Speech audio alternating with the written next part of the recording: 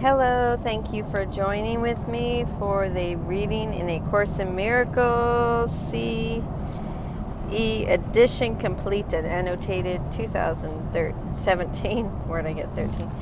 Edited by Robert Perry. I'm going to put this down. If we can please start with a prayer. If you'll close your eyes and join me.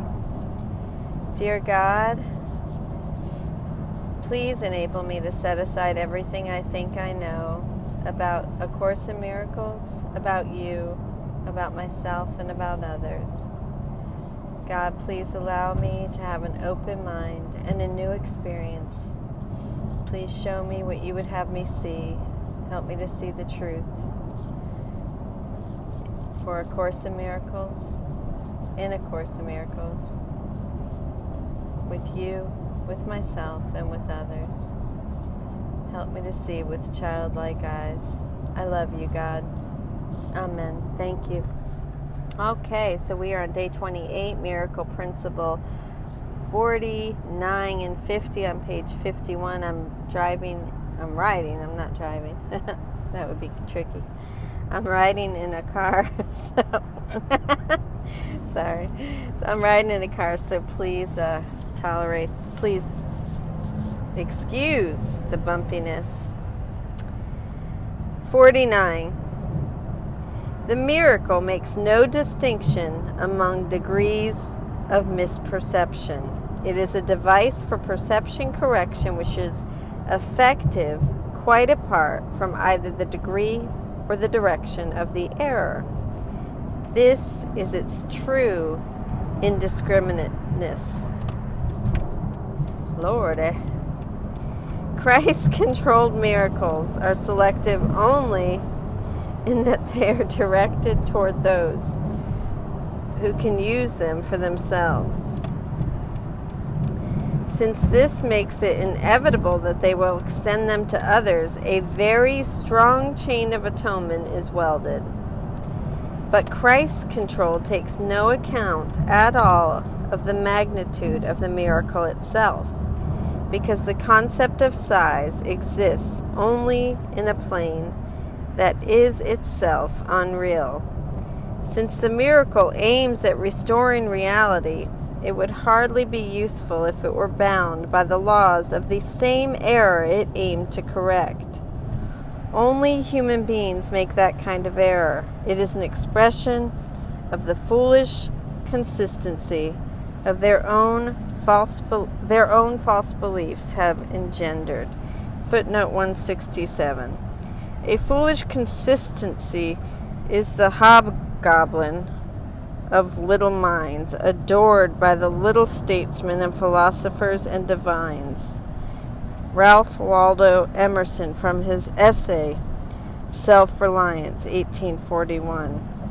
Jesus' point here is that our little minds tend to devise solutions that work within the laws of the problems they are designed to correct. Our solutions, in other words, tend to be foolishly consistent with the problem.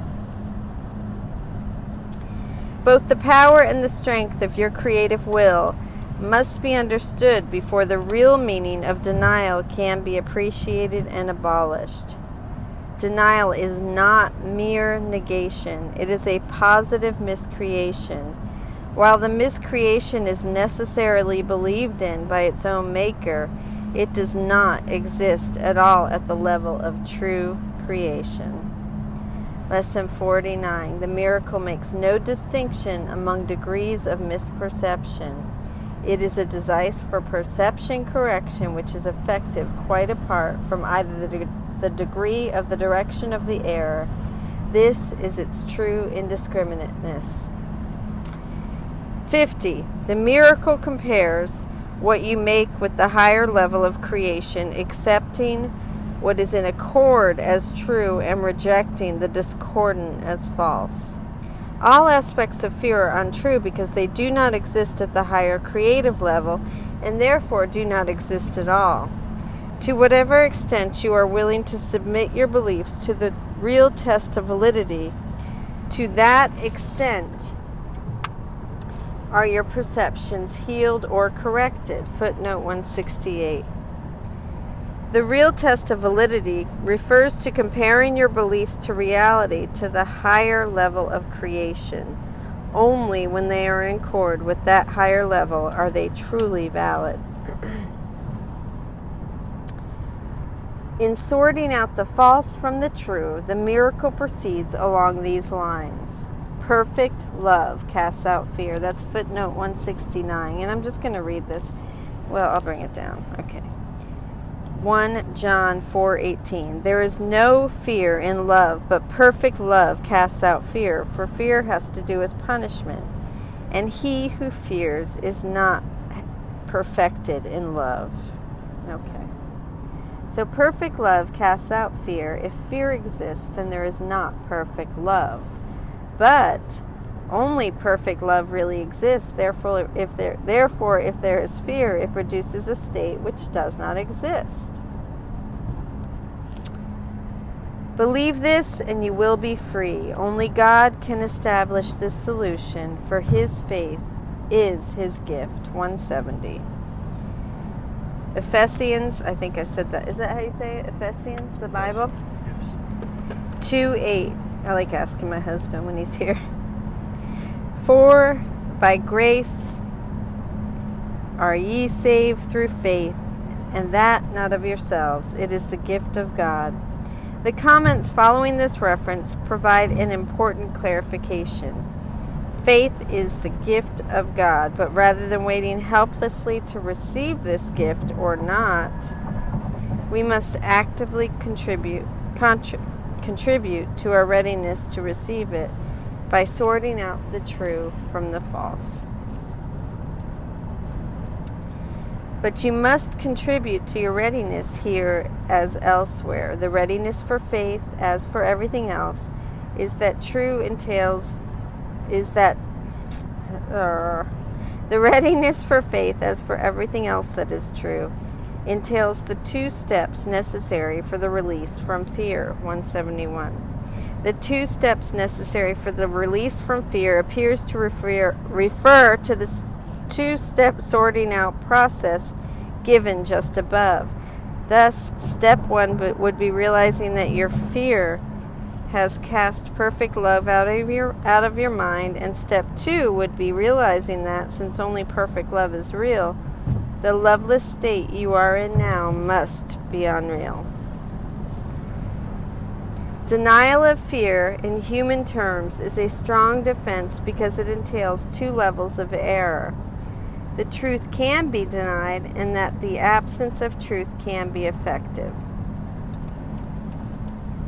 To clarify the meaning of these two errors, in the first error, the denial of truth does not seem to be the same as the denial of fear that is mentioned in the previous line. Rather, it seems to refer to the denial of the truth of love, which is what produces the fear in the first place. Denial of truth cannot refer to the denial of our feelings of fear, since, as in the next paragraph states in its original wording, experiencing fear, the correction for denying it, involves only the second error. That this first error is about the denial of ultimate truth may explain why Helen, after initially writing that what is true can be denied, then corrected that to read that truth can be denied. Her corrected version sounds more like it refers to ultimate truth. As stated above, the second error seems to be where the actual denial of fear comes in. Once we deny ultimate truth and thus produce fear, first error, we then deny that we are feeling fear, second error. This gives us the illusion of feeling calm and secure rather than crippled by fear. It thus makes our original denial of truth seem actually effective rather than merely debilitating. The second error thus protects the first. Okay. So, denial of fear in human terms is a strong defense because it entails two levels of error. That the truth can be denied and that absence of truth can be effective. Recognizing fear corrects only the second error. Miracle-mindedness corrects the first. Some are more miracle-minded and less able to recognize fear, while others are less miracle-minded but better able to recognize fear. However, these differences do not affect the power of the miracle at all, since the only distinction between truth and error is its concern. Further, when these different types join together, the conditions needed for consistent miracle-mindedness, the state in which fear has been abolished, can be particularly well worked out. The purpose of this course is integration. You cannot use it right until you have taken it. As long as your identification either facilitates or is weak,